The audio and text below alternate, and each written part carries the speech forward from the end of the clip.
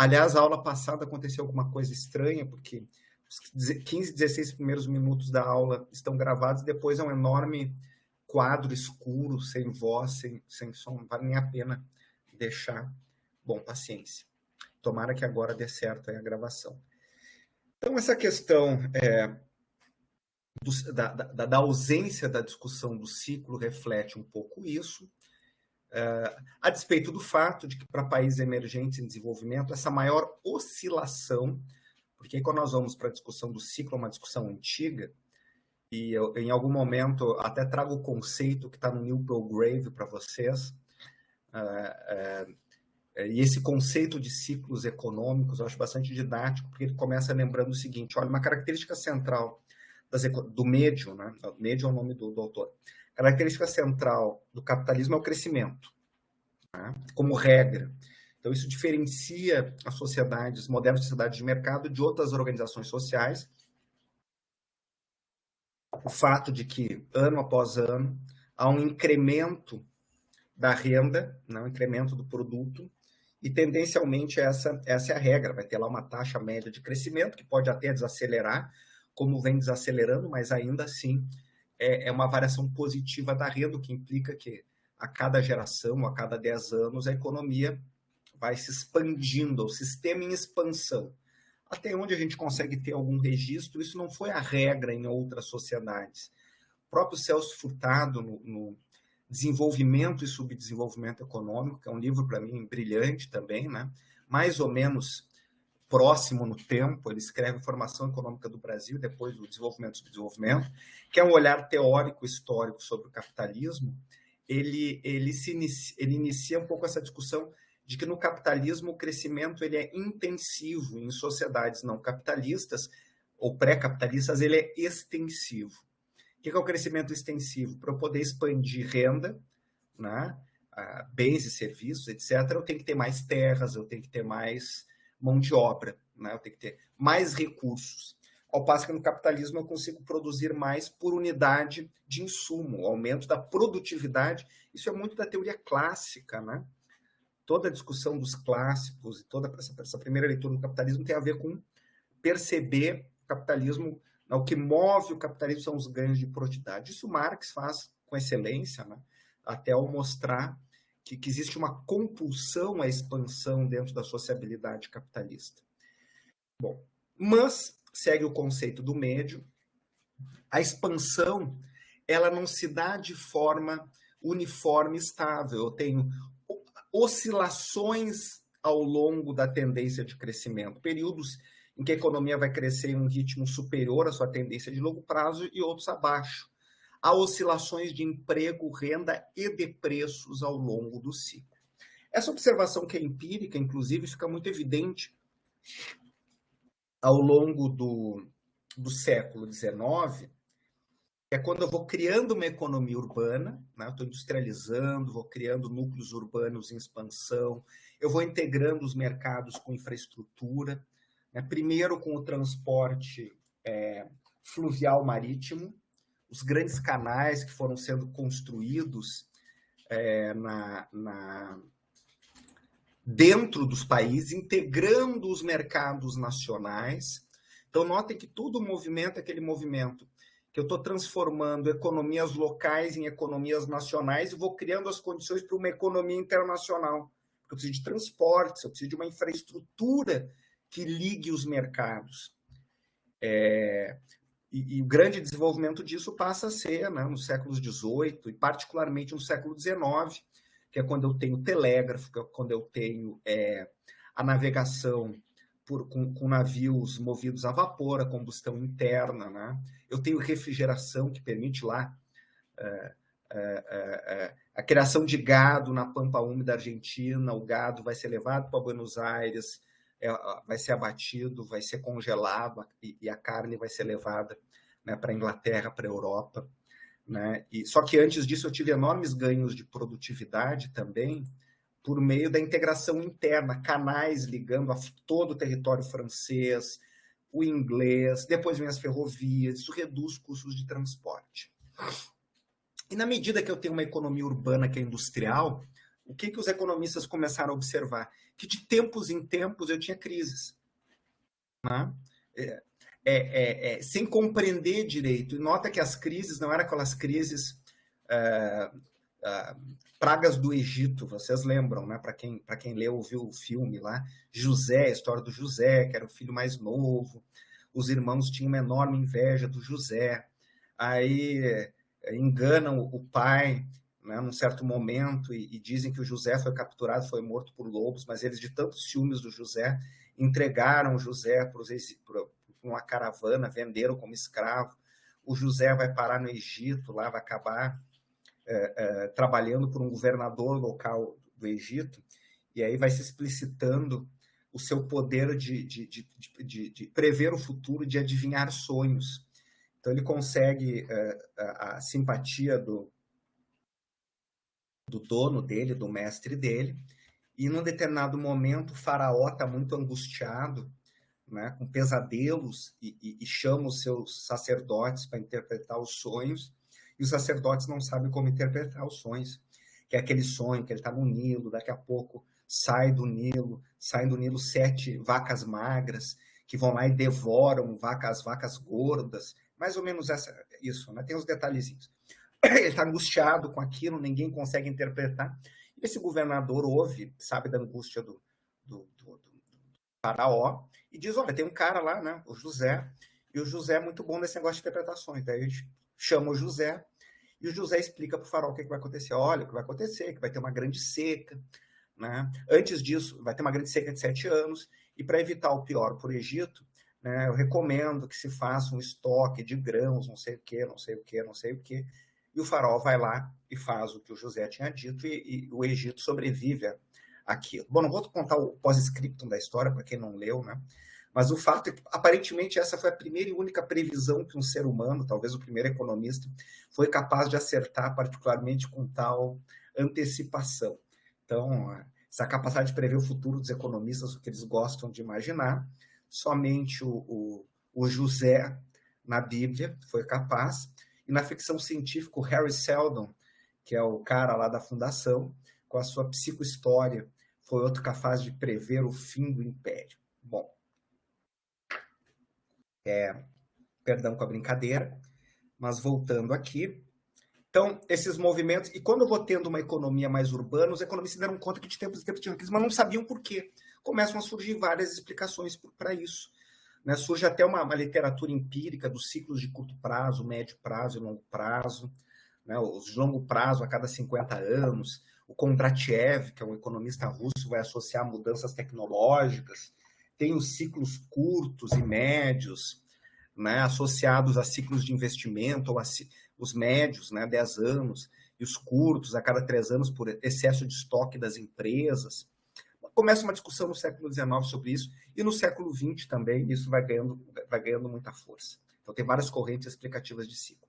Quando surge a macroeconomia keynesiana, e no pós-guerra, essa literatura ganha muito ímpeto, porque é uma tentativa de transformar a análise keynesiana de curto prazo por uma análise de longo prazo. Então, os principais economistas do pós-guerra, dos anos 50 e 60, vão se debruçar sobre a teoria de ciclos econômicos. Quando eu estou estudando macroeconomia no final dos anos 80, isso já está mais ou menos pacificado, os debates mais ou menos se estabilizaram, né, e depois isso caiu no ostracismo. Quando vem a crise financeira global, o tema volta com muita força.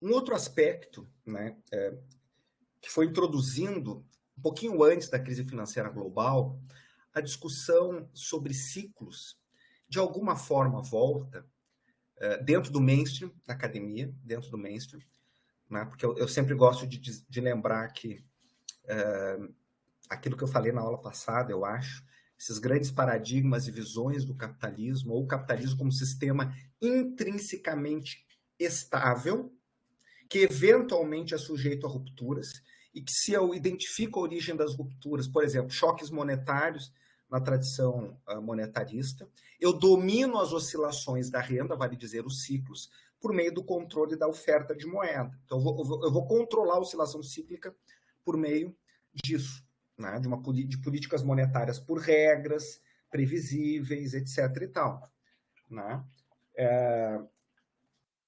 Ou eu enxergo o capitalismo como sistemas intrinsecamente instáveis, né?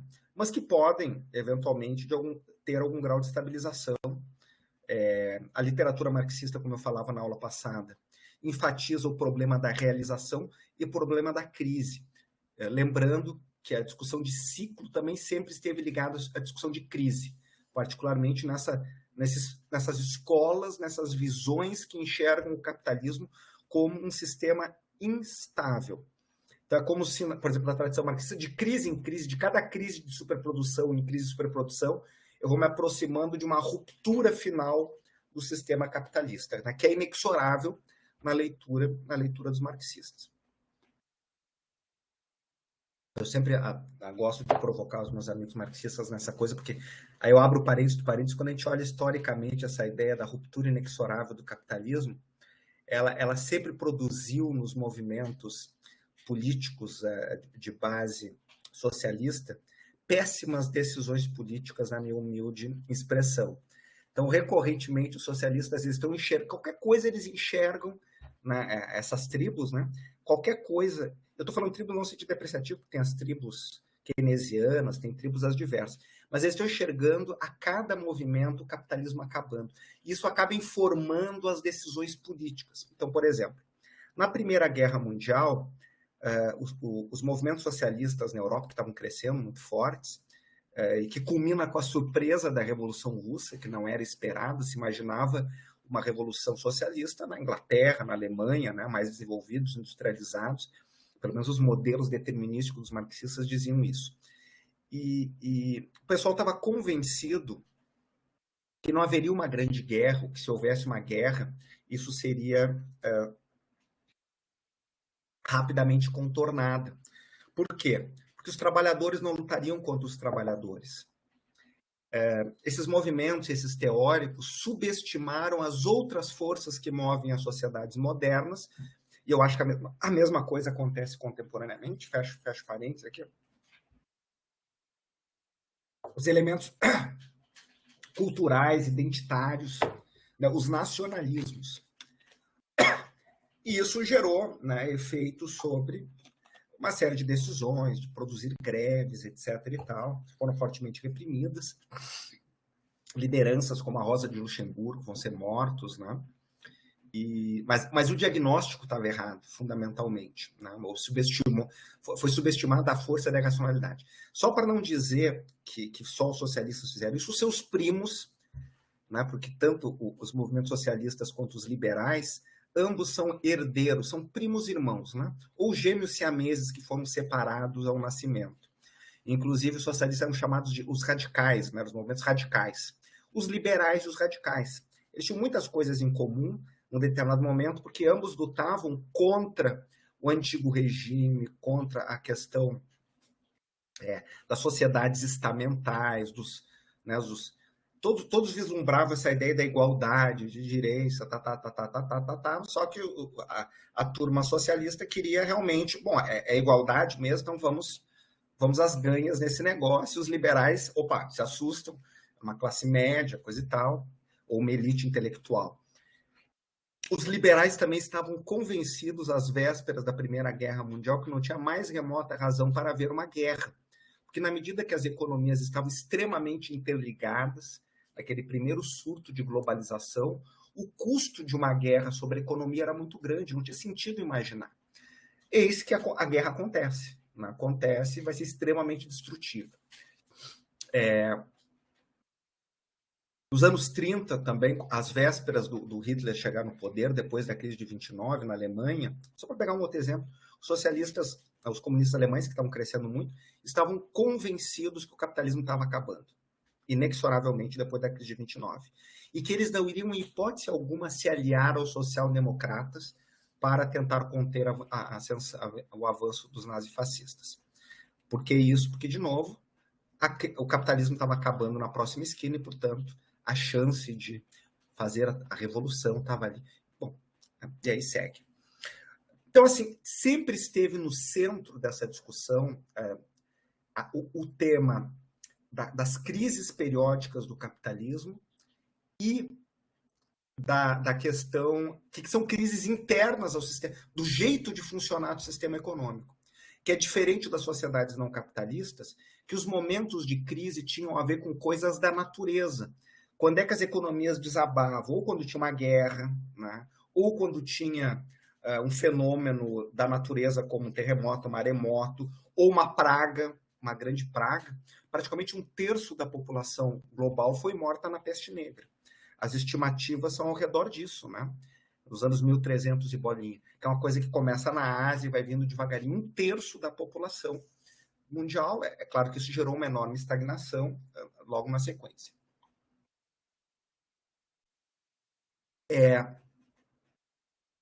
Na teoria clássica, né, a ideia de que a economia tendia sempre ao pleno emprego, e quando eventualmente ela saía do pleno emprego, bastava deixar as forças de mercado resolverem, a deflação acontecer, que isso ajustaria as economias novamente ao pleno emprego.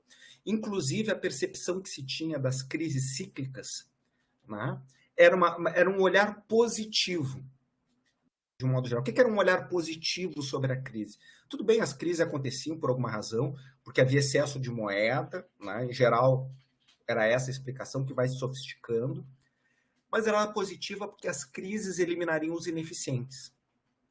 Né? A cada nova rodada de crises, as empresas menos eficientes desapareceriam e as mais eficientes ficariam sobreviveriam no sistema. No pós-guerra, com Keynes, fica mais claro, ou tem elementos para uma teoria para explicar a instabilidade. Ela tem a ver com a dinâmica dos investimentos.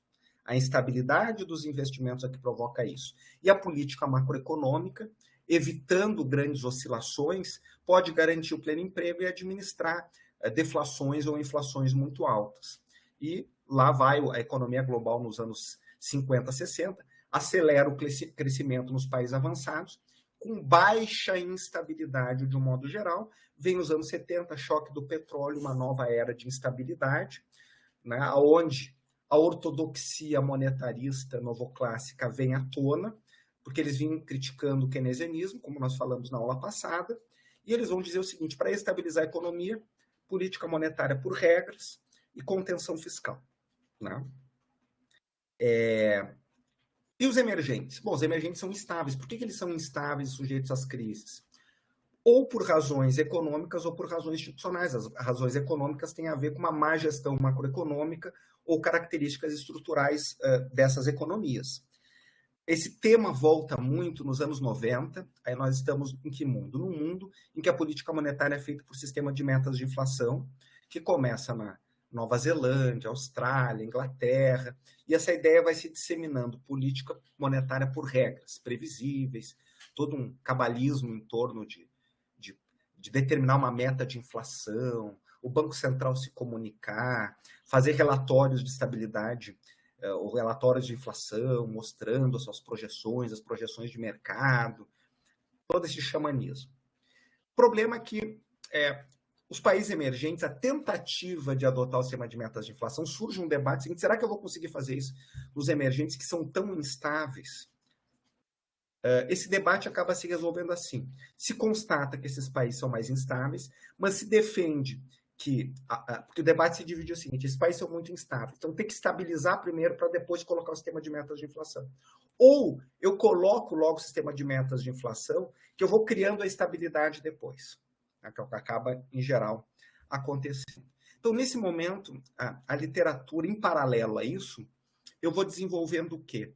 Eu vou tendo mais dados, mais bases de dados a partir dos sistemas de contas nacionais, bases de dados trimestrais que me permitem fazer estudos para os países de alta renda. Eu já tinha isso desde os anos 60, mas eu tinha pouco para os países de renda média, países emergentes principalmente, e começo a ter séries históricas sobre dados do PIB pelo lado da oferta, pelo lado da demanda, e começo a fazer estudos econométricos com séries mais longas sobre o comportamento dos ciclos econômicos. E é isso que eu mostro muito lá no apêndice. O que aparece no anexo do material que eu mandei para vocês? Essa literatura lá, meados do final dos 90, começo dos anos 2000, quais são as constatações básicas, né? Bom, primeiro, lembrando que do ponto de vista empírico, a análise dos ciclos passaria por observar o quê? Observar um ciclo completo, né? Quando a gente olha a imagem, está lá a tendência do crescimento, é aquelas oscilações. Parece que quando a gente lembra lá, época de escola, o estudo da parte de física, de acústica, né? Aqueles movimentos das ondas sonoras, né? A amplitude daquilo. Pois bem, então, se eu tenho o PIB no eixo vertical, o tempo no eixo horizontal, particularmente se eu tenho uma série de tempo em escala logarítmica, eu tenho o logaritmo natural do PIB em valores constantes, eu vou ter o PIB ao longo do tempo, vou fazer uma reta de ajuste e vai vir assim, ó, o PIB cresce ao longo do tempo, tá? Tem uma figura assim. Só que esse crescimento envolve uma dinâmica de oscilação. Esses são os ciclos. Um ciclo completo é quando eu passo de um vale, de um pico a um pico. É um ciclo. Então, eu tenho uma fase descendente do ciclo, que eu tenho o auge do ciclo, eu vou até um ponto de vale, depois eu subo de novo.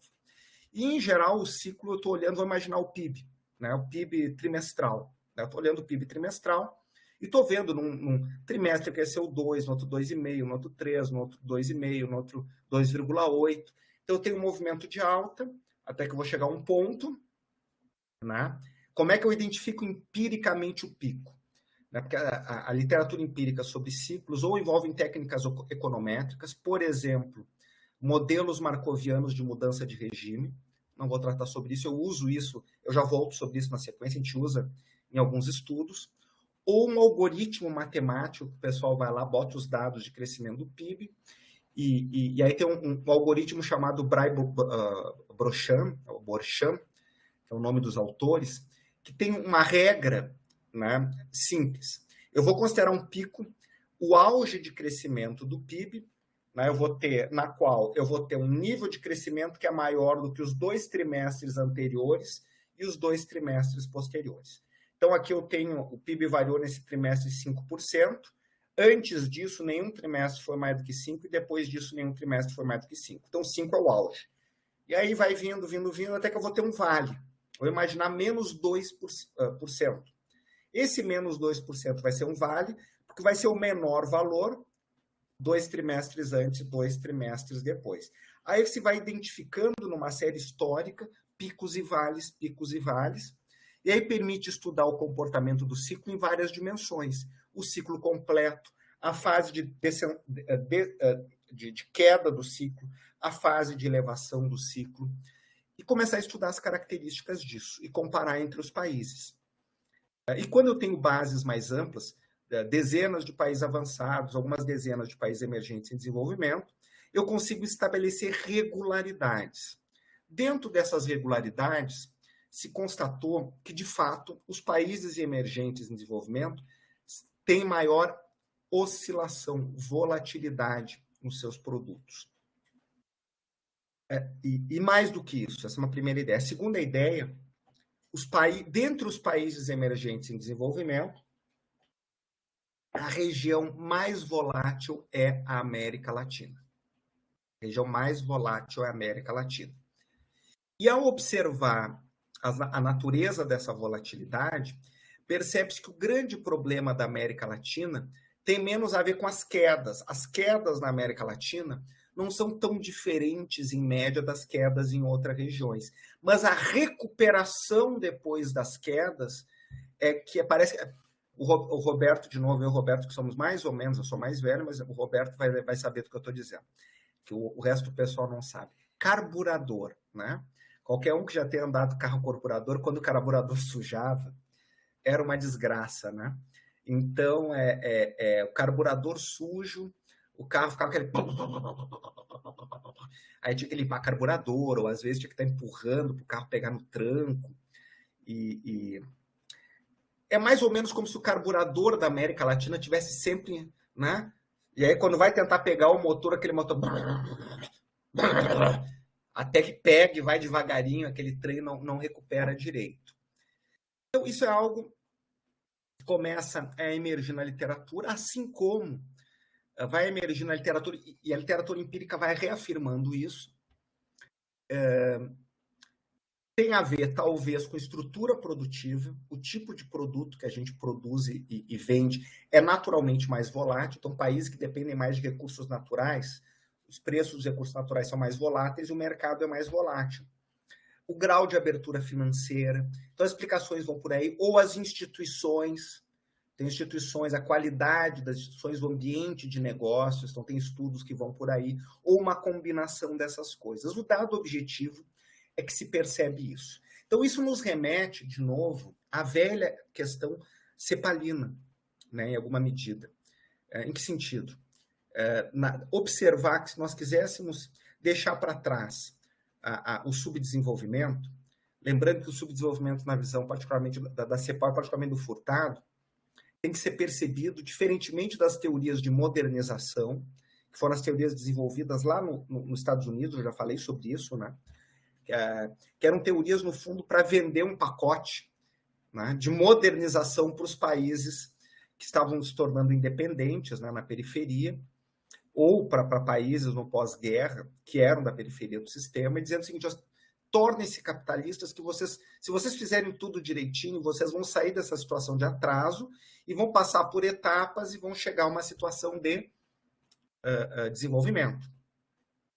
Então, o subdesenvolvimento seria uma etapa de um processo que pode ser superado desde que as coisas corretas sejam feitas, o aumento da poupança, a abertura ao mercado internacional. Se eu não tenho poupança suficiente, eu posso usar poupança externa, né? E aí vai um pacote de também policy que envolve a ajuda dos Estados Unidos. Já a leitura cepalina, e aí a contribuição do Furtado no desenvolvimento e subdesenvolvimento, é olhar isso historicamente, porque é como se a análise do Prebisch, que toma o comércio internacional, o Prebisch está olhando para a estrutura das economias, né? Que é dada historicamente. Então, um país que produz recursos naturais, ele vai vender esses recursos naturais e vai importar os produtos modernos. Qual é o problema desse padrão de troca? O problema tem a ver com a necessidade de preço e de renda desses produtos, né? Então, eu vou estar vendendo café, eu vou estar vendendo cobre, eu vou estar vendendo soja, cuja dinâmica de preços, né, não é uma dinâmica de preços que me permita, e a de renda, vamos começar por elasticidade de renda. Baixa elasticidade de renda. Então, a renda global está subindo. Na medida que a renda global está subindo, eu vou constituindo classes médias nos países avançados. Essas classes médias estão consumindo mais produtos modernos, que têm uma maior elasticidade de renda. Então, cada dólar a mais no bolso dos americanos, eles vão consumir mais iPads, iPhones, tá? Não vão consumir mais café. Até pode ter um consumo sofisticado. Então, a elasticidade de renda do café é baixa. Outra questão, os produtos básicos têm muita concorrência, muita produção, são mercados concorrenciais, que têm baixa elasticidade de preço. Né? Se começa a ter muita produção, a margem de manobra de quem produz para elevar os preços diante de uma demanda alta, ela é pequena, um monte de gente consegue produzir. Diferentemente dos produtos modernos industriais, que a elasticidade é mais preço inelástica a demanda. Né? Se eu aumento o preço, a demanda cai, mas não cai tanto, que permite, inclusive, aumentar a receita total. Isso é microeconomia.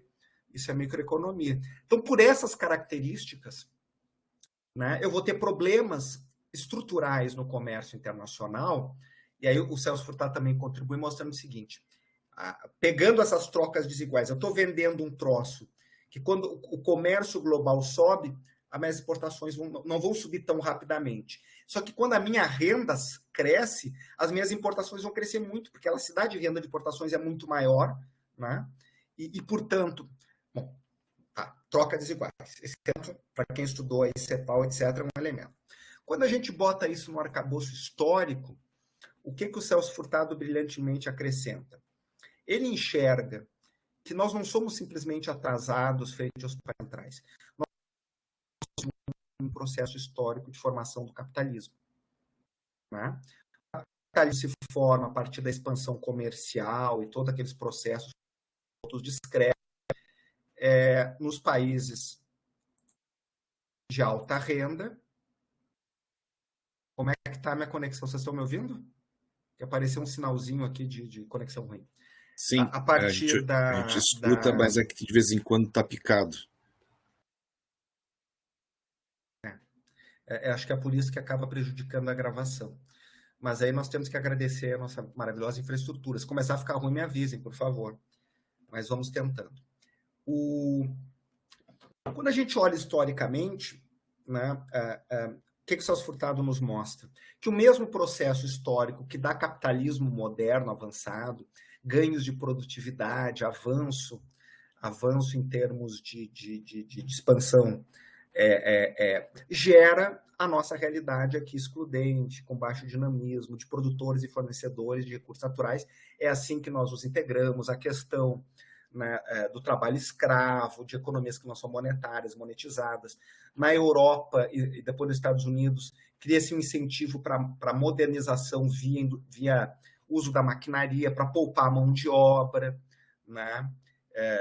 Isso gera incrementos de produtividade. Depois, os conflitos gerados lá nos países avançados permite, via desenvolvimento dos sindicatos, via desenvolvimento né, dos partidos de base sindical e do conflito capital-trabalho, que parte dos ganhos de produtividade se transforma em ganhos de salário, cria mercados de consumo de massa. Como é que essa modernização entra no capitalismo, na periferia? O Celso Furtado pergunta. Primeiro entra pelo consumo, pelo desejo de consumir. Então, nos nossos países, a modernidade capitalista entra que todo mundo quer ter automóvel, todo mundo quer ter geladeira, todo mundo quer ter radiola, ou vitrola, ou rádio, depois televisão, os bens modernos. Só que nós não produzimos isso, e para nós termos isso, nós temos que estar vendendo café para comprar essas coisas.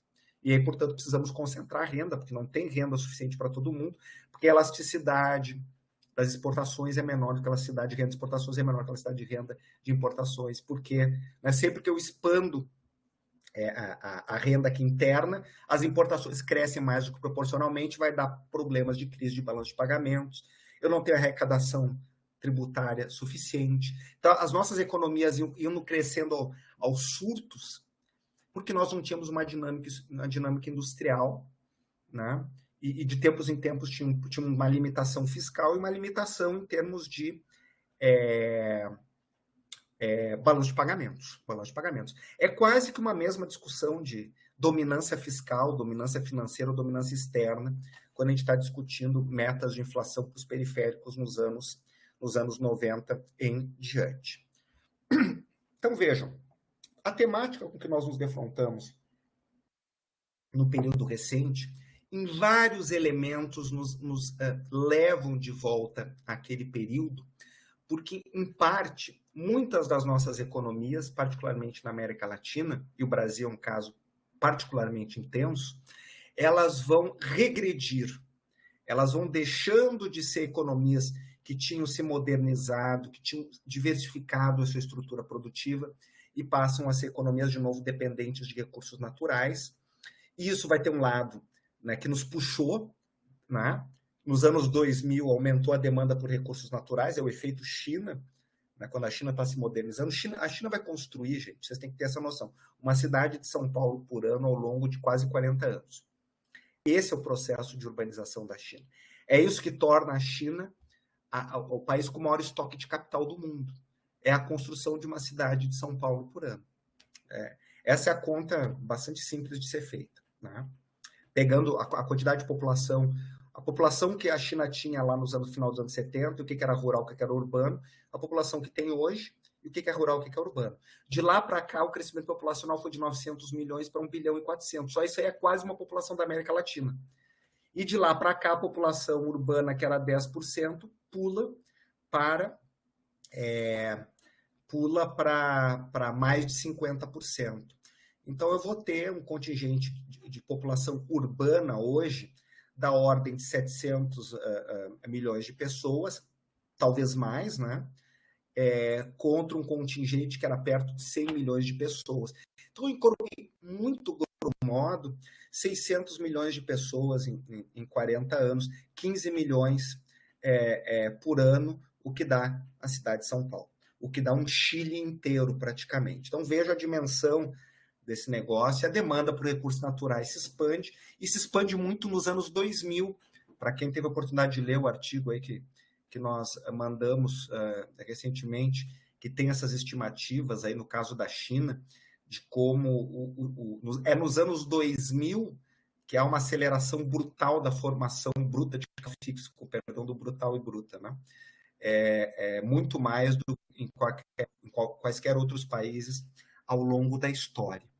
Então, notem que nos anos 2000, a América Latina vai acelerar seu crescimento pelo aumento da demanda de recursos naturais e depois entra em crise em 2008 e depois de 2014. Então, toda essa temática dos ciclos volta à tona. Bom, deixa eu fazer uma pergunta aqui. Eu acabei fazendo e outra dimensão que volta, dos ciclos financeiros. O mainstream vai incorporar a ideia de que as economias, vai incorporando aos pouquinhos a ideia de que as economias têm uma instabilidade forte e que vem a partir do que está acontecendo nos mercados financeiros, expansão de crédito, comportamento do mercado acionário, e que essa é uma dinâmica que tem vida própria em grande medida, que depende, óbvio, do comportamento dos governos, dos bancos e dos aspectos institucionais, na medida em que eu fui criando esse período neoliberal, que eu vou desregulamentando as finanças, eu vou libertando o gênio que tinha sido preso depois dos anos da crise financeira de 29 em diante. Que eu vou ter uma forte regulamentação financeira interna e externa, então eu vou botar o gênio da especulação financeira na garrafa e esse gênio vai soltando aos pouquinhos, né? O que nos permite um pouco também, que é o que a gente explora naquele artigo sobre a recessão democrática e vários outros que nós temos feito, eu e o Andrés, e outras pessoas também, não vai aí nenhuma pretensão originalidade, mas é essa ideia de que o neoliberalismo tem que ser compreendido como uma reação à democracia, a democratização que vai acontecer, parcialmente pelo menos, especialmente no mundo avançado, e a aspiração à democracia no conjunto do globo, e num determinado momento isso implica uma tributação crescente, políticas redistributivas, uma engenharia social, para usar a expressão dos críticos a isso, né? Particularmente dos libertários, que vão dizer, enfim, que vão criticar o tipo de política, o tipo de estratégia considerada, enfim, perigosa, né, por vários aspectos. Então, é a partir do momento em que a elite decide chutar o pau da barraca nisso, mas ao fazer isso se procura manter uma capa de democracia formal, mas ela vai sendo minada pela base. Vai sendo destruída na base, vai sendo destruída na base, vai sendo destruída na base, e nos gera, né, essa situação contemporânea em que ela vem sendo contestada nos países, principalmente os países de alta renda, nos Estados Unidos, na Europa, né? Bom, mas isso é uma discussão que nós já fizemos, podemos até voltar. Então, assim, tem a dimensão dos ciclos de commodities, ciclos financeiros, que eu quero tratar em conjunto, mas antes de fazê-lo, e eu vou abrir a apresentação agora para poder fazer isso, eu pergunto se vocês têm alguma questão. Até aqui. Não? Bom, então se não tem, eu vou compartilhar a apresentação. Vou tentar falar mais uns minutinhos antes da gente fazer o intervalo. Porque aqui eu preciso pegar os dados. Vocês estão visualizando, gente? Estão enxergando aí? Sim. Tá. Bom, então toda essa ideia de que volta a discussão da instabilidade depois do ciclo financeiro global, toda a discussão sobre as características dos ciclos, né? As características domésticas desses ciclos, o papel das políticas econômicas e instituições. Na dimensão financeira, a ideia existe um componente global do ciclo financeiro, que em geral está associado ao que está acontecendo nos países avançados. Então, no fundo, essa ideia é o seguinte: nos momentos em que os Estados Unidos estão expandindo o crédito, né, a política monetária expansionista, tem um monte de dinheiro e parte desse dinheiro vem para a periferia, né, porque nós somos financeiramente integrados e abertos.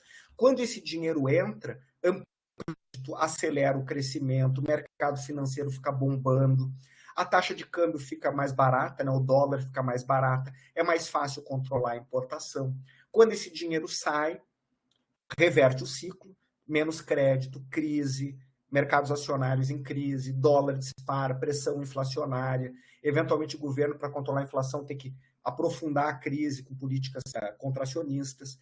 Então, eu vou ter essa característica que o próprio FMI vai observar, que eu exploro lá na disciplina de finanças internacionais, que a globalização financeira dos anos 80 para cá não gerou crescimento nos países emergentes. Não dá para associar a maior integração das economias emergentes de desenvolvimento aos mercados financeiros globais a uma taxa de crescimento maior ao longo do tempo. O que existe são soluços de expansão e crises. Então, na média, o crescimento não acelera. Isso, eventualmente, também, esses ciclos, podem ter a ver com estrutura produtiva, e aí é o tema que nós vamos estar enfatizando na sequência, nas próximas aulas, que é a desindustrialização, como é que isso nos deixa mais frágeis, e o fato de que a América Latina é a região mais volátil, que eu já falei. A macroeconomia do mainstream, né, dos modelos estocásticos dinâmicos de equilíbrio geral, não permite observar essa instabilidade. Né, por isso que há toda uma retomada disso. O gráfico de baixo eu não atualizei o título, mas o dado até 2019. O que a gente enxerga aqui? Pegando na média o crescimento, notem, lá na época do desenvolvimentismo, junto dos países americanos e asiáticos, e aqui Ásia-Pacífico são os países em desenvolvimento, né? Então nós estamos falando aqui de emergência e desenvolvimento, a gente está falando aqui de China, está falando de Indonésia, Malásia, Filipinas, etc. e tal.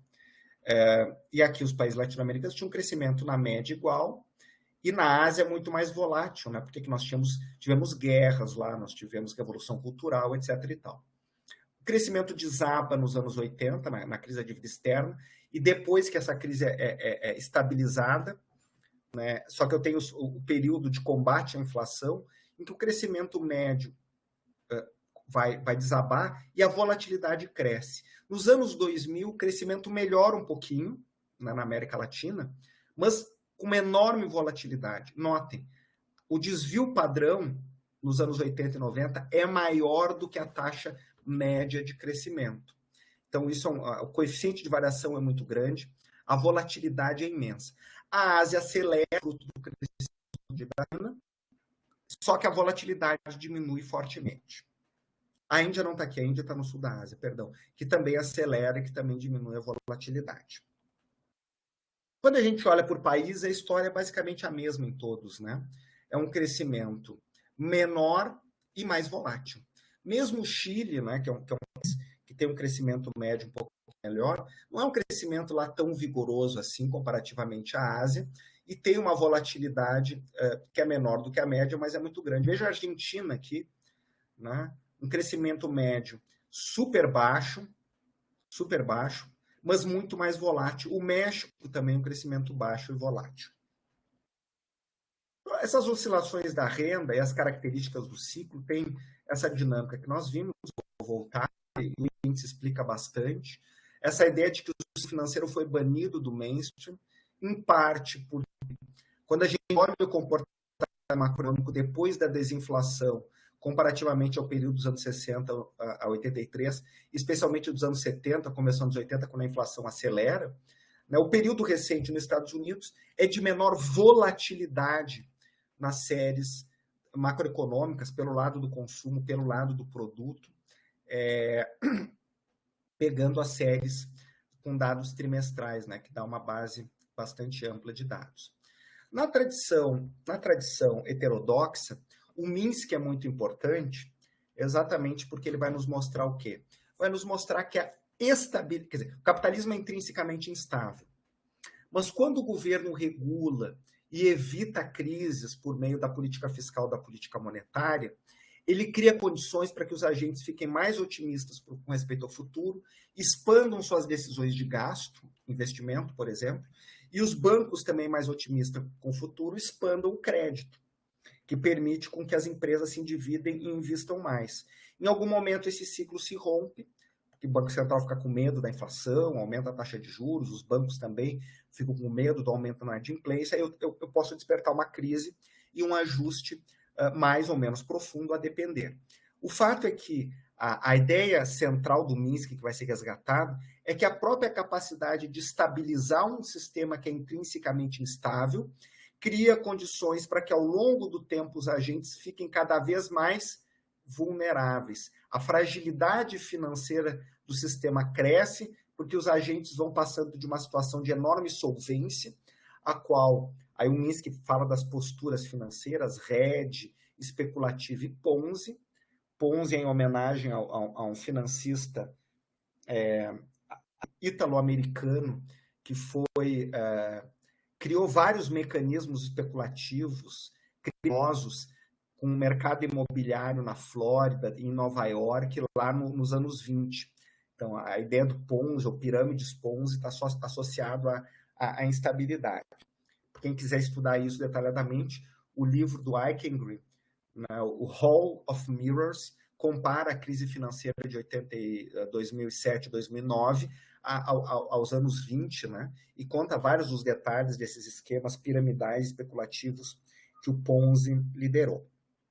Bom, historicamente, né, os vários modelos de ciclo enfatizam o papel dos investimentos e expectativas, como Keynes, choques tecnológicos, Schumpeter, Real Business Cycles, a questão de moeda, né, a visão do Hayek, a visão do Friedman, converge com essa ideia de que quando tem moeda de mais ou moeda de menos, os preços de mercado vão divergir dos valores fundamentais, e isso produz decisões equivocadas, né? Eventualmente de investimentos. Os agentes econômicos vão investir mais do que deveriam, porque a taxa de juros está muito mais baixa do que deveria ser. Que faz isso. Então, se eu quiser controlar, eu tenho que garantir estabilidade na oferta de moeda.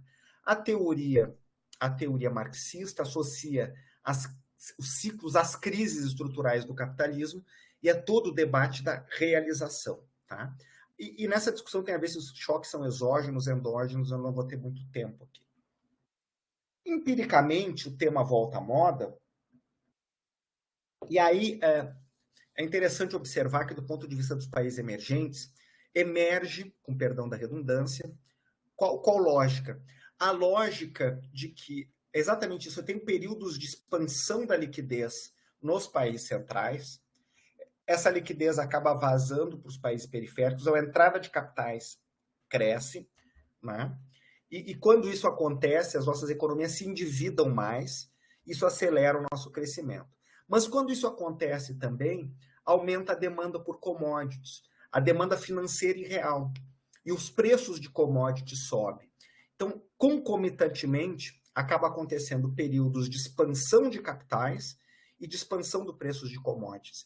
E isso é uma variável muito evidente, a relação entre o preço do dólar frente às outras moedas e o preço das commodities.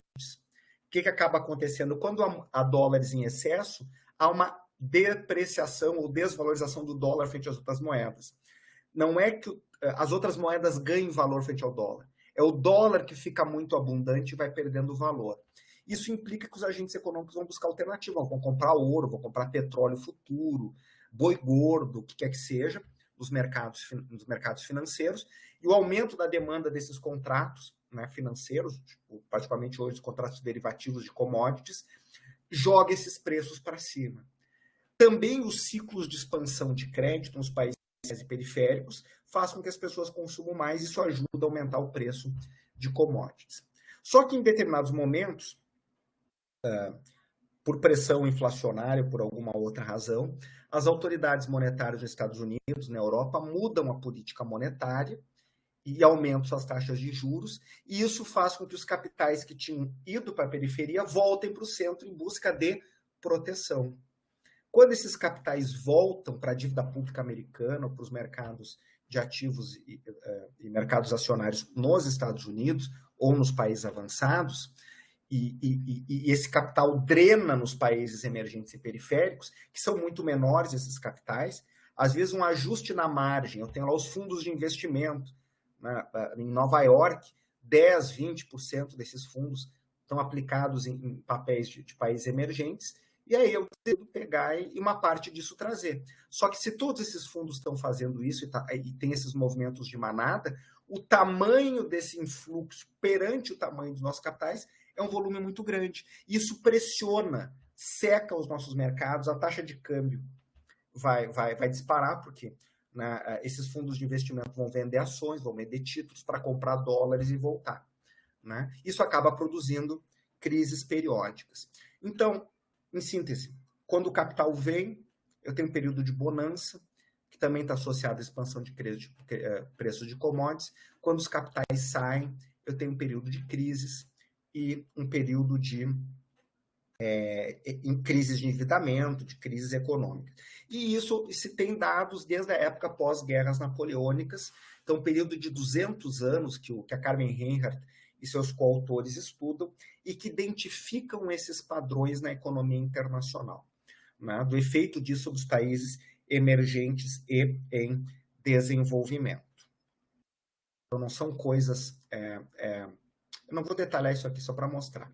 Que é algo que a literatura cepalina está tratando, que é algo que essa literatura do próprio Banco Mundial, né, parte desses trabalhos são feitos no âmbito do Banco Mundial, e que refletem o fato de que nós temos dificuldades de manter horizontes de estabilidade para investimento, porque nós temos essa oscilação, né, e uma coisa vai retroalimentando outra. Né? E essas oscilações ganharam particular força nos anos 2000, quando nós vamos engatar no crescimento chinês como fornecedores de recursos naturais, particularmente na América do Sul. Que é o que aparece na literatura empírica. Esse é um estudo do Banco Mundial de 2016, que é quando está revertendo esse ciclo, né, tinha essa preocupação, mas aqui eu mostro, não, aqui mostra os termos de intercâmbio na América Latina, exportações sobre importações, e aí há uma melhoria disso, é porque o preço de exportações e recursos naturais está melhorando frente ao preço de importações. Esses dados não são para a América Latina, são para a América do Sul, tá? Para Argentina, Brasil, Chile, Colômbia, Equador e Peru. Então, basicamente, é exportação de soja, minério, cobre, petróleo, gás, né? Frente à importação de manufaturados. Então, vocês vão ver que nos anos 2000 vai ter o boom dos preços de commodities, depois vai ter uma queda com a crise de 2008, depois retorna a partir de meados de 2011, 12, né, uma tendência de baixa. Quando os ciclos de commodities sobem, o PIB sobe, o investimento sobe, os mercados de capitais bombam e a situação externa melhora. Né? Quando contrai, acontece o contrário. Então, né, a ideia de que nosso desempenho macroeconômico está muito correlacionado com os termos de intercâmbio, e uma boa parte da literatura na época, usando medidas diferentes, esse é um outro estudo da mesma época do Bank for International Settlements, mostra a mesma coisa. Né?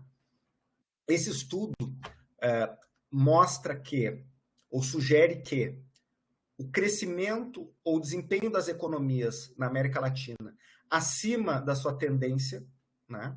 Então, vou imaginar que a tendência de crescimento é 3%. O fato de ter acelerado acima de 3% e depois ter caído abaixo de 3% tem a ver com a expansão e a queda dos fluxos de capitais e dos fluxos de preços de commodities, movimentos que vêm em simultâneo. Também esse estudo mostra que isso é muito mais forte no Brasil, inclusive que nos países emergentes e desenvolvimento. O objetivo da aula de hoje não é discutir pormenorizadamente os ciclos financeiros. Para quem quiser, tem aulas gravadas sobre isso no YouTube, né, em que eu detalho mais essa literatura. E aqui é só para dizer que é uma literatura que era muito forte no keynesianismo e que vai ser incorporada no mainstream pelo trabalho do Bank for International Settlements e de economistas convencionais lá no School, que é um centro muito convencional, e que, do ponto de vista da periferia, vai dizer o seguinte, né, particularmente Alan Ray. As economias oscilam aqui, na periferia, em função da política monetária dos Estados Unidos, países centrais. Então, esses movimentos vêm muito mais de fora para dentro e tem muito a ver com o que acontece aqui dentro, e mais a ver do que tem a ver de fora para dentro. Vale dizer, eu não consigo, Brasil, Argentina, não controlo plenamente os meus preços macroeconômicos, se eu sou financeiramente aberto. Então, diferentemente do trilema de Mandel, que eu poderia escolher, vou manter minha economia financeiramente aberta, eu quero fazer uma política monetária independente, né? Então eu vou deixar o câmbio flutuar, o câmbio vai ser um amortecedor. Então o que vai dizer é o seguinte, numa economia financeiramente aberta, Ellen Ray, exposta aos ciclos financeiros, os países emergentes não conseguem controlar nada, nem sua taxa de câmbio, nem sua taxa de juros. Né? Isso tem implicações super importantes em termos de teoria de política econômica. A literatura vinda do FMI é muito mais forte até, porque ela mostra que esses ciclos financeiros são não lineares. Tem os períodos de bonança, em que os investidores estão super otimistas e trazem dinheiro para cá. Nesses momentos, para cá que eu digo os países emergentes em desenvolvimento, os fundamentos macroeconômicos explicam a entrada de capitais. Né? O maior crescimento dos emergentes frente aos países centrais, taxas de juros maiores. Porém, quando muda o ciclo financeiro, muda a percepção de risco no centro, mesmo que as nossas economias tenham fundamentos maiores, os capitais saem. Então, o fato de ter fundamentos mais sólidos não protegem as nossas economias das fugas de capitais. Né? Isso é uma questão muito, muito forte. Bom, vocês leram esse texto, eu vou dar um tempinho aqui, deixa eu ver. Eu vou voltar a partir daqui depois do intervalo. Alguma questão até aqui, gente? Alguma questão? Então, nós estamos nos aproximando aí, chegamos já a 1 hora de aula, né? Então, o que eu sugiro é um breve intervalo, que é os nossos 15 minutos de intervalo. Então, eu volto um pouquinho mais com esses aspectos da literatura empírica e alguma coisa aplicada ao caso do Brasil. Pode ser? Então, eu vou usar uns 20 minutinhos, 30, para voltar para essa literatura empírica e depois a gente abre para discussão. Maravilha, então. Então, eu vou pausar aqui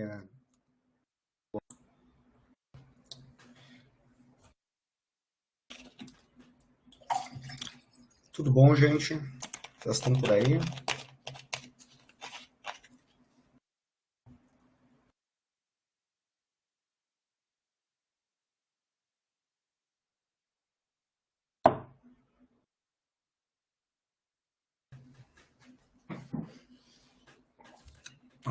Sivanildo está por aí.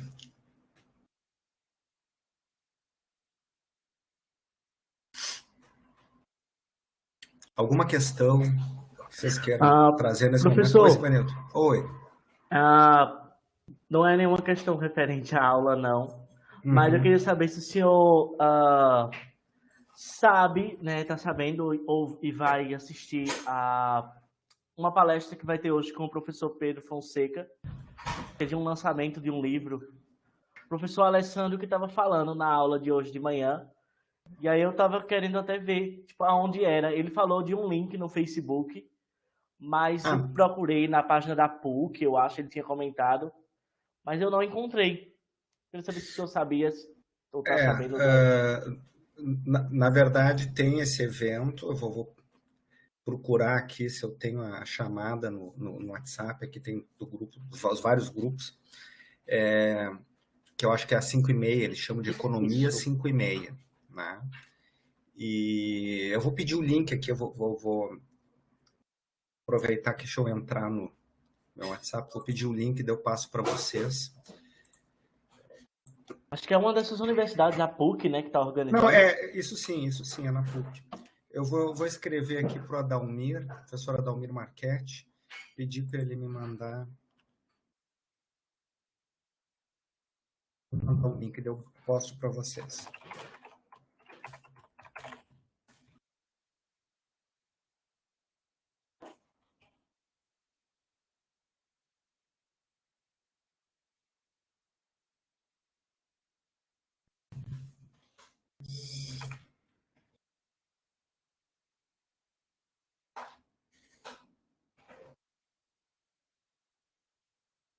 Tem hoje também aqui Aliás, eu vou mandar, vou ver se eu acho esse link e mando pro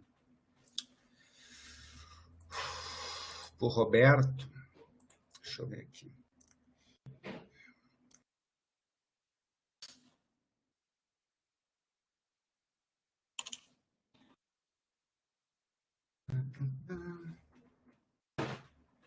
Ó, a Dalmir já me respondeu aqui dizendo que vai enviar.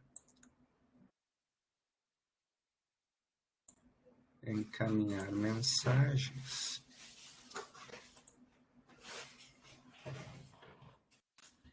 Eu mandei para o Roberto, ali tem um endereço de Facebook, que é facebook.com Escola de Negócios da PUC-RS. Ah, tá. Mas talvez eu estava tenha procurando na página mesmo da universidade. Mas acho que é da Escola de Negócios, né? Sim, tá. É isso mesmo, o Adalmir me devolveu exatamente isso. Então tem que dar uma olhada, deve ser por aí. E também vai ter uma outra palestra hoje, às 7. Na verdade, não, acabou de acabar, não. É às 7 da noite, ué. É às 7, com o Beluso. Dinheiro, o poder da abstração real. Adoraria poder assistir, mas vou estar em aula, tem aula na graduação.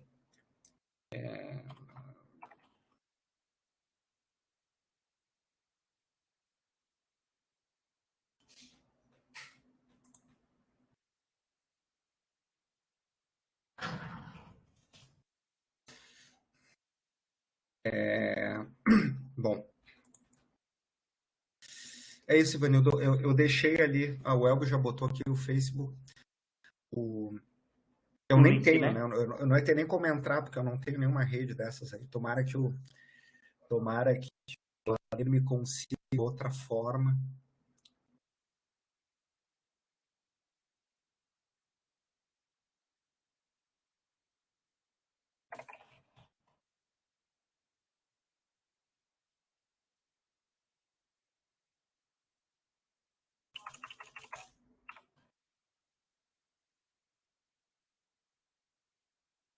Eu tô fora desse mundo maluco aí, não vou entrar nem no Facebook, nem não vou entrar no metaverso, no meta, essa loucura toda que estão criando. Vamos ver o que acontece. Vou me esconder no mato. Perdão pela brincadeira.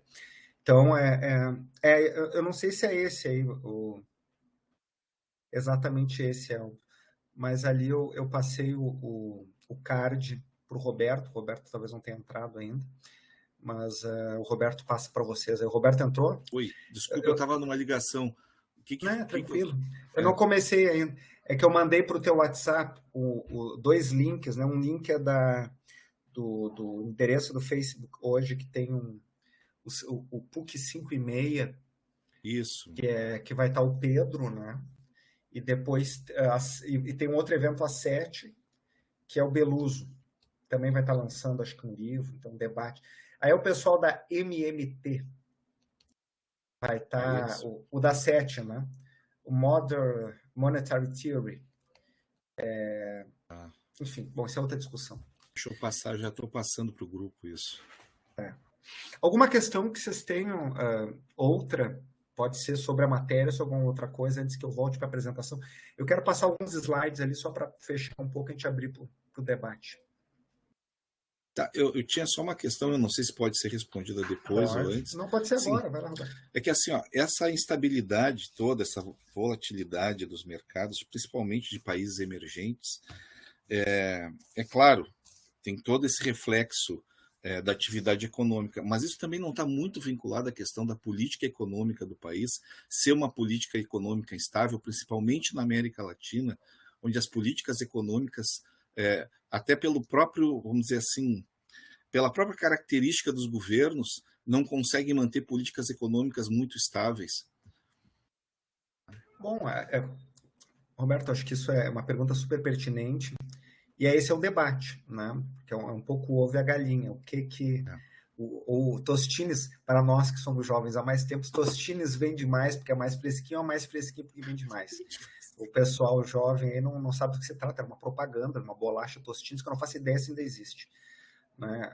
Realmente não faço, porque eu não sou consumidor aí dessas coisas aí. Então,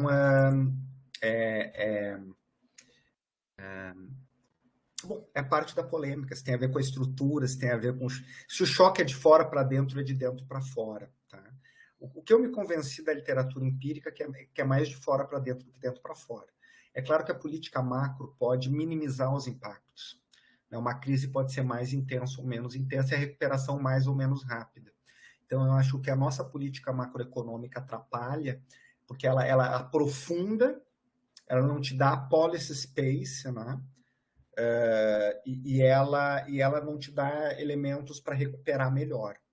Mas eu acho que o gatilho desse negócio é de fora para dentro. É isso que a literatura empírica cada vez mais enfatiza, na minha percepção, tá? Só para não deixar sem resposta. Bom, então eu vou compartilhar aqui a apresentação, vou voltar àquela apresentação, eu não vou poder passar por toda ela, né? Como eu disse, até porque várias coisas eu me adiantei, o que eu vou fazer é enfatizar alguns aspectos. Um estudo recente sobre essa questão foi feita no FED, né? Com uma amostra aí bastante ampliada de países, de novo, para tentar comparar, né? Se os países emergentes são de fato mais voláteis ou não. E eles constatam que sim, né? E uma primeira aproximação tem a ver com isso, né? Então, olhando no período de tempo, eu não me lembro exatamente qual é o período de tempo que eles trabalham, mas é uma série relativamente longa. Deixa eu ver se tem na tabelinha aqui. É de 70 até 2010, tá? Então, assim, com variáveis trimestrais, né? Então, aqui, o que significa isso? Isso aqui é o desvio padrão do crescimento do PIB. Quanto maior a volatilidade. E aqui tem a renda, né, per capita do país, eu não me lembro se está em escala logarítmica, mas, em todo caso, países com maior renda per capita são menos voláteis, países com uma menor renda per capita mais voláteis, tem uma dispersão grande, mas tem uma relação que é inversa aqui. Quando se começa a observar, né, estatística descritiva, né, aqui tem as médias e os intervalos para saber se aquilo é estatisticamente significativo, diferente de zero ou não. Isso não, esse aqui é o valor do percentil, né, do quartil, né? Então, em média, eu tenho 1,39, o primeiro quartil 1,11, o último quartil 1,43. Então, olhando para o PIB é mais volátil, né, nos países emergentes em desenvolvimento, cujas estruturas produtivas, olhando para o comércio internacional, né, que é uma forma de capturar, dependem mais de recursos naturais do que os países avançados, e depende menos de manufaturas do que avançados. Isso aqui é no PIB, na estrutura produtiva. Isso aqui é no comércio, isso é mais intenso ainda. Tá? Então, esses elementos da estrutura produtiva, eles fazem uma série de... um choque no preço de commodity, qual é o impacto sobre um conjunto de variáveis, e o impacto ele é muito mais intenso nos países emergentes em desenvolvimento. Esse é um outro estudo, só para dar manchete, porque eu gosto muito de olhar sempre essas coisas. Eu olho a literatura acadêmica, mas olho também a literatura de mercados financeiros, que eu gosto por vários aspectos, e a literatura de... Só quero dar uma olhada aqui, estou olhando o WhatsApp, que eu desliguei. Me veio um outro link aqui que eu já vou mandar para vocês. Me lembra, Roberto, de mandar esse link no finalzinho da aula, que eu não quero parar aqui, que tem um link de Zoom aqui, para quem quiser usar. Tá? Então, esse é um estudo da McKinsey, que tem várias análises muito interessantes. A McKinsey é uma dessas grandes consultorias que as grandes empresas, os governos contratam. Então, o público-alvo deles, o mercado deles, esse leitor mais bem informado, o executivo, o tomador de decisão na esfera pública. E esse estudo sobre a América Latina, no fundo, mostra que o grande problema da América Latina, do seu baixo crescimento, é que falta um meio, é uma região muito desigual. Então, tem algumas poucas empresas de excelência tem aquilo que a CEPAL chamava e voltou a chamar de heterogeneidade estrutural. né? Lá na análise da CEPAL, lá no início, isso aí aparecia do caráter dual das economias. Vocês lembram disso? Que era a ideia de que tem uma área moderna da economia vinculada ao comércio internacional, café no Brasil, por exemplo, que é a área moderna da economia, e o resto da economia que não está integrado, tem baixos ganhos de produtividade. A industrialização não resolveu isso, né? A diferença dos países de alta renda é que não existe essa segregação, digamos, né? E mais recentemente, essa ideia de uma economia com uma enorme diversidade estrutural, né? Tanto a indústria vai perdendo força, mas dentro dela ela é muito pulverizada entre os setores. Então, isso remete isso, a concentração de renda dificulta criar uma classe média consumidora robusta, permanente ao longo do tempo. E notem que isso está sendo escrito num período em que houve, nos anos 2000, uma expansão dessa classe média. Não vou poder detalhar isso aqui. Esse é um outro estudo muito interessante, que eu quero fazer a manchete, que é o seguinte. O que vai acontecer nos anos 2000 na América Latina? Vai ter esse boom de commodities, né, que vai produzir o que o próprio Banco Mundial chama de uma década dourada, basicamente entre 2004 e 2014, nas estimativas do Banco Mundial. Todos os países da região, de uma forma ou de outra, aceleram seu crescimento, a despeito aí de uma situação pontual que é associada a 2009, ali, né, 2008, 2009, que logo recupera, e isso gerou redução de pobreza monetária, né, redução de desemprego, uma série de indicadores sociais melhoraram. A partir de 2014, esse ciclo reverte, as economias perdem força, e aparentemente houve uma melhoria de novo, né, estava começando a ter uma melhoria dos preços dos recursos naturais. Então, no fundo, a pergunta desse conjunto de aspectos que melhoraram nos anos 2000, o que foi conjuntural, dependeu do boom de commodities, o que foi mudança estrutural. Tem uma boa parte dos ganhos sociais que foram conjunturais e que, na medida que reverteu o ciclo, houve perda nesse sentido, tá? E aí volta para a questão do doméstico versus os externos, porque é um período em que começa a deteriorar no Brasil, mas muito em outros, os indicadores sociais, tá? Volta a piorar a distribuição de renda, volta a aumentar a pobreza, volta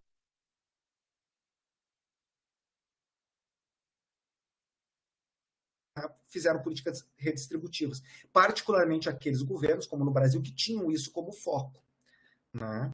E agora isso está sendo desmontado, né? No Brasil, vocês acompanham isso com muita clareza, né? Com muita clareza.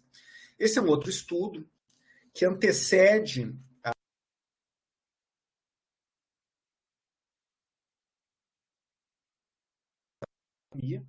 que recém aqui, quando está sendo publicado, a pandemia está acontecendo com mais força na Europa, e isso, portanto, olha para o pós-guerra, né, para os vários períodos em que a economia global entrou em recessão simultaneamente. Aí tem a discussão do que seria um ciclo global real, né, não financeiro, como é que metodologicamente o estudo trabalha. O Banco Mundial também fez para trás, né, pegou lá do final do século XIX para cá, num outro estudo, incorporou a crise financeira recente para comparar o que acontece em cada período e ver o que aconteceu depois de 2009, né, as dificuldades de recuperação depois de 2009. E características do mundo, né, que se torna mais aberto financeiramente, comercialmente, o crescimento torna-se mais volátil no período recente e menos intenso, os padrões de crise e recuperação, como a crise de 2009 foi mais complicada comparativamente a outras crises do pós-guerra. Isso me permite chegar em estudos sobre o Brasil. E aí eu quero fazer aqui a análise de dois trabalhos. Eu vou me concentrar no segundo, que vão numa mesma linha, né, que eu tenho feito com o Marcos e com orientandos, as orientandas dele, e que trazem uma discussão para a economia brasileira. A versão mais recente do estudo é agora de 2021, porque nós atualizamos e fizemos estimativas adicionais. É para tentar mensurar o impacto do ciclo de commodities sobre a economia brasileira, né? Nesse primeiro estudo publicado na REP em 2019, nós estávamos preocupados com os ciclos de baixa, né? E depois nós vamos olhar para o ciclo de alta e para o ciclo de baixa. E onde é que esse debate se insere? Quando a economia brasileira começa a desacelerar em 2012 em diante, e particularmente depois de 2014, eu estou falando já no primeiro mandato da presidente Dilma, no segundo, vai ter o debate no Brasil vai ganhando força no seguinte sentido, quer dizer, quem que era culpado por essa desaceleração? Eram as medidas de política interna mais intervencionistas da presidente Dilma, daquilo que vai se chamar de nova matriz econômica, nova matriz macroeconômica, ou isso tem a ver com a queda de preços de commodities. Isso remete também a uma discussão anterior. Quando a economia brasileira acelerou no primeiro mandato do presidente Lula, particularmente a partir de 2004, a discussão é por que tinha acelerado. Né? E boa parte dos economistas do mainstream da economia, pensem no Samuel Pessoa, essa turma toda, o Marcos Lisboa e outros, o Marcos Lisboa estava no governo do presidente Lula, no início, foi secretário de Política Econômica do Palocci. Eles vão argumentar e até hoje sustento essa tese, que a aceleração do crescimento no período Lula tem a ver com a herança, as políticas macroeconômicas bem-sucedidas do governo Fernando Henrique Cardoso, que não geraram crescimento, sustentável, mas que foram gerar efeitos positivos anos depois. E o fato do presidente Lula ter mantido o tripé macroeconômico e ter mantido uma agenda de reformas fez a reforma da Previdência do setor público, fez lá reformas na área de crédito, né? Manteve, digamos assim, as políticas mais convencionais, ao que muitos economistas críticos, né? Particularmente marxistas, vão criticar fortemente. Politicamente, vocês lembram, o primeiro governo Lula, ele vai ter um desenho na qual começa que o vice-presidente é um cara do mundo empresarial, um empresário do setor, dono da Coteminas, né? O José Alencar, já falecido, filho dele é o herdeiro e atualmente está presidindo a Fiesp, não sei se já assumiu, e o Josué, né? E sempre volta e meia ele é cotado como possível candidato a vice-presidente. Então, essa aliança que permite o Lula chegar ao poder é uma aliança que traz o empresariado, traz uma base eleitoral. O Lula conseguiu pacificar um pouco a crítica ali daquele segmento do eleitorado vinculado às igrejas neopentecostais. O PL era um partido controlado por uma dessas igrejas. Então, não é que ele tenha tido um apoio entusiasmado, mas pelo menos as críticas das eleições anteriores moderaram.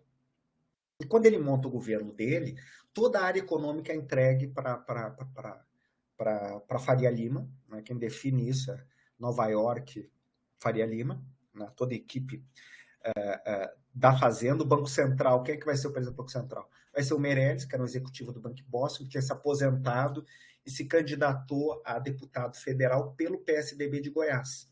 Então, um cara que sai do mercado financeiro, vai para a política pelo PSDB, que era o arqui-rival do PT, né? E o Lula vai lá e pega esse cara para ser o presidente do Banco Central. No Ministério do Desenvolvimento, Indústria e Comércio, ele bota... Quem é que era, meu Deus? Eu já nem lembro. Eu não me lembro se o fulano estava eu na agricultura. Mas na agricultura ele vai botar um cara do agronegócio e no Ministério da Indústria e Comércio um cara do Big Business, né? A turma mais, digamos, da esquerda, do Partido dos Trabalhadores, vai ficar em áreas sociais, na educação, vai ficar no Ministério do Desenvolvimento Agrário, vai ficar enfim, na área social. O núcleo duro da área econômica, um pouco no planejamento, vai ficar ali. Uma parte do Partido dos Trabalhadores se revolta com isso, a esquerda do partido, e vai sair do partido, vai criar o PSOL. Né? O mesmo partido que agora, por exemplo, foi contra a mudança para tiver as contradições, só para chamar a atenção das contradições do mundo e da vida, né? Essa coisa de votarem contra a mudança do Conselho Nacional do Ministério Público para dar um freio no Ministério Público. Foi o pessoal que ficou horrorizado, chocado com a política e as alianças do presidente Lula e vai criar o PSOL naquele momento. E também economistas mais críticos vão fazer uma crítica muito dura à condução da política econômica, mas lembrando que o Lula, quando ele assume em 2003. Ele assume, o petróleo está disparando de preço no mercado internacional. Tinha uma guerra do Iraque, a Guerra 2, Iraque 2, que não se sabia quando ia acabar. E o Brasil estava com uma inflação que estava em 2 dígitos, né? A taxa de câmbio explodiu a valores de hoje, o dólar, eu não fiz as contas, tá? O dólar nominalmente foi a mais de 4 na época da eleição, em 2002. Se for corrigir por poder de compra, isso vai dar 8, 9 reais hoje. 10 talvez. Teria que fazer a conta. Vocês terem uma ideia, a inflação anualizada em dezembro já estava em 40%, 50%. Então, realmente era uma situação muito complicada. Bom, o que vai acontecer? Rapidamente o câmbio vai vir para o lugar, o real vai ganhar valor, a inflação vai se acomodar, o preço dos ativos brasileiros vai ganhar força e a economia vai voltar a crescer. E vai se criar espaço fiscal para políticas sociais e para políticas outras. E isso tem a ver com o boom de commodities. Então, esses economistas mais convencionais vão dizer o seguinte: o que garantiu a expansão do presidente Lula, no mandato do presidente Lula? A continuidade da gestão do Fernando Cardoso e a sorte, o choque de commodities. 2008 vem a crise, antes disso teve o mensalão, né, vocês lembram?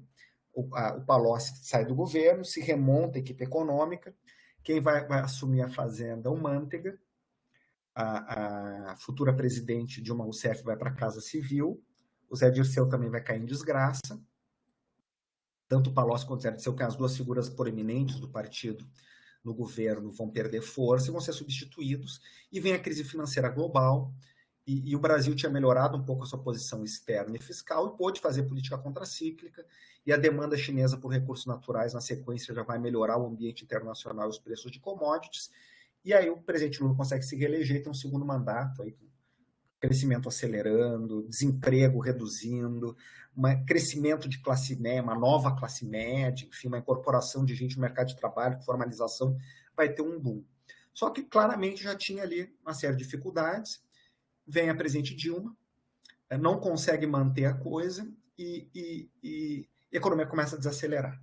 Quando a economia desacelera, voltei para a história, esses mesmos economistas convencionais vão dizer que a culpa era da Dilma. Estou simplificando a discussão. E o pessoal do governo dizia que a culpa era do choque externo negativo. Lá atrás, quando as coisas estavam melhorando no governo Lula, os economistas convencionais diziam que a sorte e o choque externo explicaram a expansão, ao passo que os economistas do governo diziam que eram as suas políticas de redistribuição, de crédito, né? Então, vocês vejam que o papel do choque externo muda na narrativa, né? E com poucas evidências empíricas. Os críticos enfatizavam, os críticos não, o pessoal do mainstream da economia brasileira enfatizava os choques externos como algo positivo quando a economia acelerou e reduziam o seu peso quando a economia desacelerou. O pessoal do governo, economistas vinculados ao Partido dos Trabalhadores, enfatizavam o papel das políticas do governo Lula, redistributivas, no momento da aceleração, e botavam toda a culpa no choque externo no momento da desaceleração. Então, vamos medir esse troço, vamos tentar ver. E aí nós fizemos um primeiro exercício, olhando para a série histórica do PIB de preços de commodities, do FMI, olhando a indústria de transformação, o dado mensal, o IBCBR, e o PIB mensal numa estimativa do Banco Central, usando como variáveis de controle a inflação e a taxa de câmbio. Vocês vejam aqui o comportamento da preço de commodities, uma forte expansão nos anos 2000, uma queda abrupta, uma retomada, depois uma queda a partir de 2014. Né? A indústria expandiu, desabou, voltou, estagnou, depois de 2014 cai. O produto expandiu, caiu, recuperou, estagnou, depois também a partir de 2014 cai. Então parece que a história dessa ligação faz sentido, a ideia era medir. Eu vou explicar depois como é que nós medimos isso, qual foi o exercício, tá? Mas aqui é um pouco o resultado. Vendo cumulativamente, né, e tentando olhar, olha, nesse período de 2014 até 2016, que era o último ano que nós tínhamos, o choque de commodities teve um efeito permanente sobre o nível de atividades, explicando no auge, né, pegando a produção industrial, pegando a produção o PIB, né, mensal, que é uma estimativa do Banco Central, e pegando o IBCBR, que é um índice de preços, né, é um índice de produção, que o Banco Central, uma espécie de proxy do PIB, entre 8 e 10 meses após o choque na mudança do regime de preços de commodities, até 1/3, mais ou menos, da variação do PIB, da contração do PIB, podia ser explicada pelo choque de commodities. Os outros 2/3 poderiam ser alguma outra coisa. E esse choque foi permanente durante todo o período. O primeiro choque que nós identificamos, que foi aqui, ele foi de fôlego curto, ele não se propagou no tempo. Tá? Então, de fato, há evidência empírica que não descarta a hipótese de que esse choque teve um efeito importante e duradouro sobre a economia brasileira. Nós voltamos ao mesmo exercício, atualizando o exercício e olhando também o efeito da alta. E aqui eu explico um pouquinho melhor qual é a metodologia, né?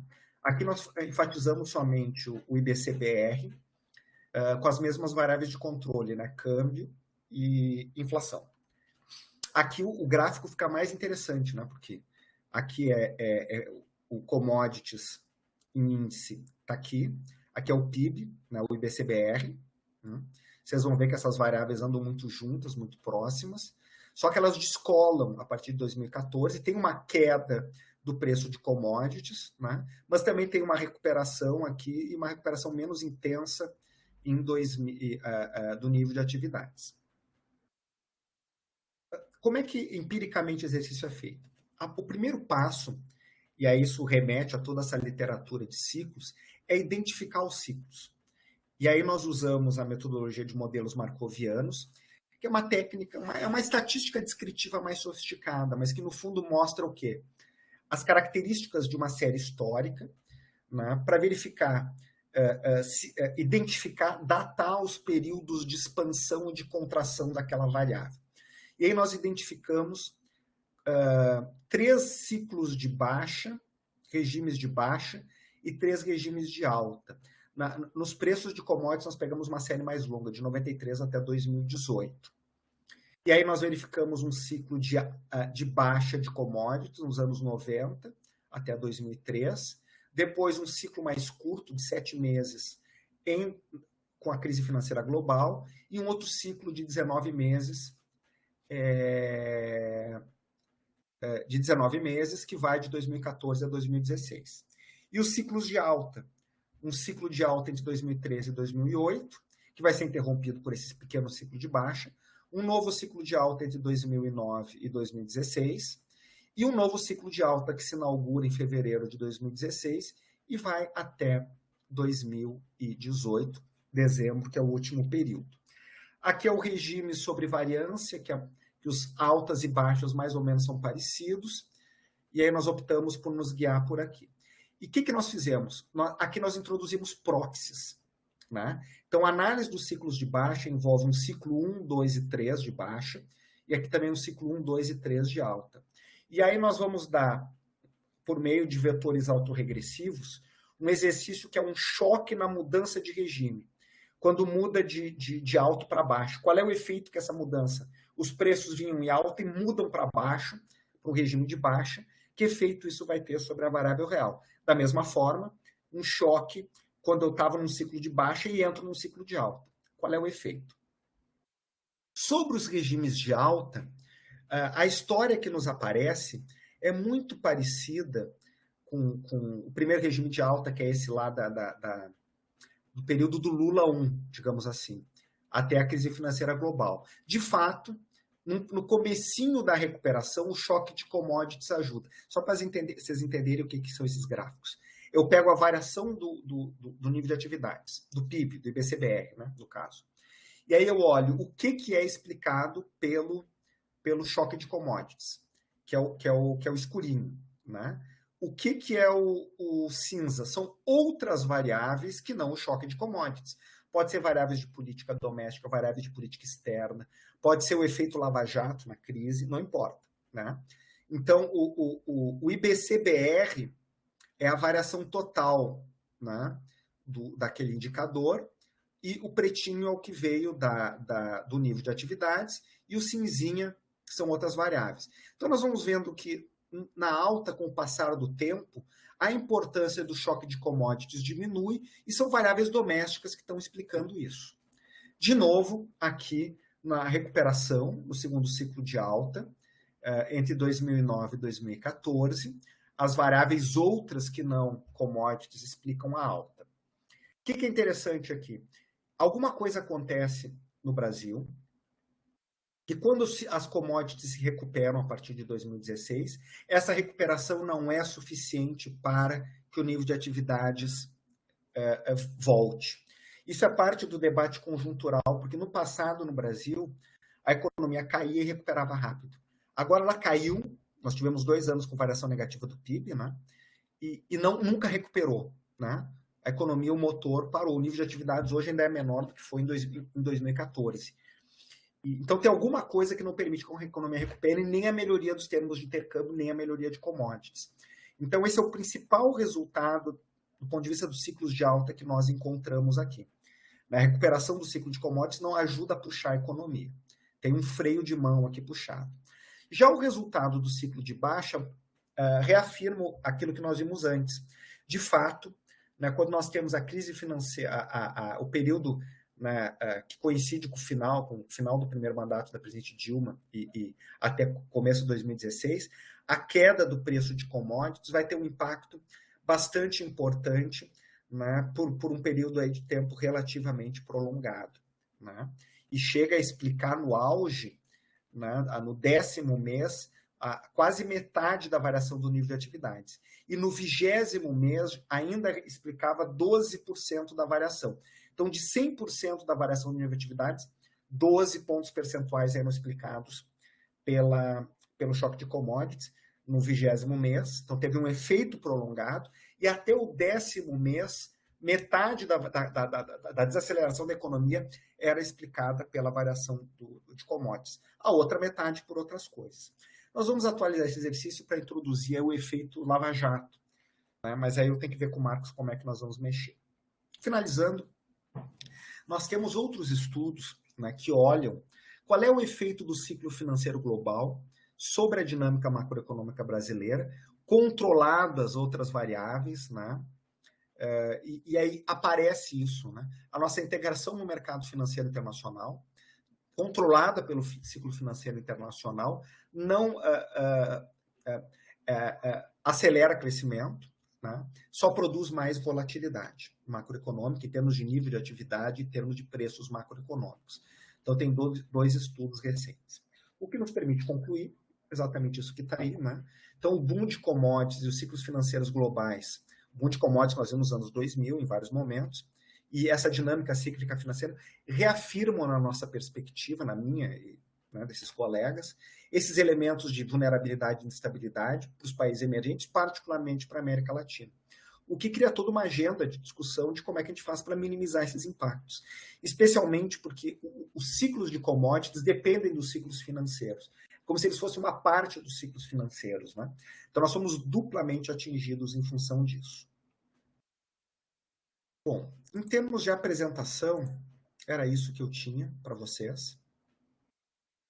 Eu agora vou encerrar a gravação, né? E abrir aí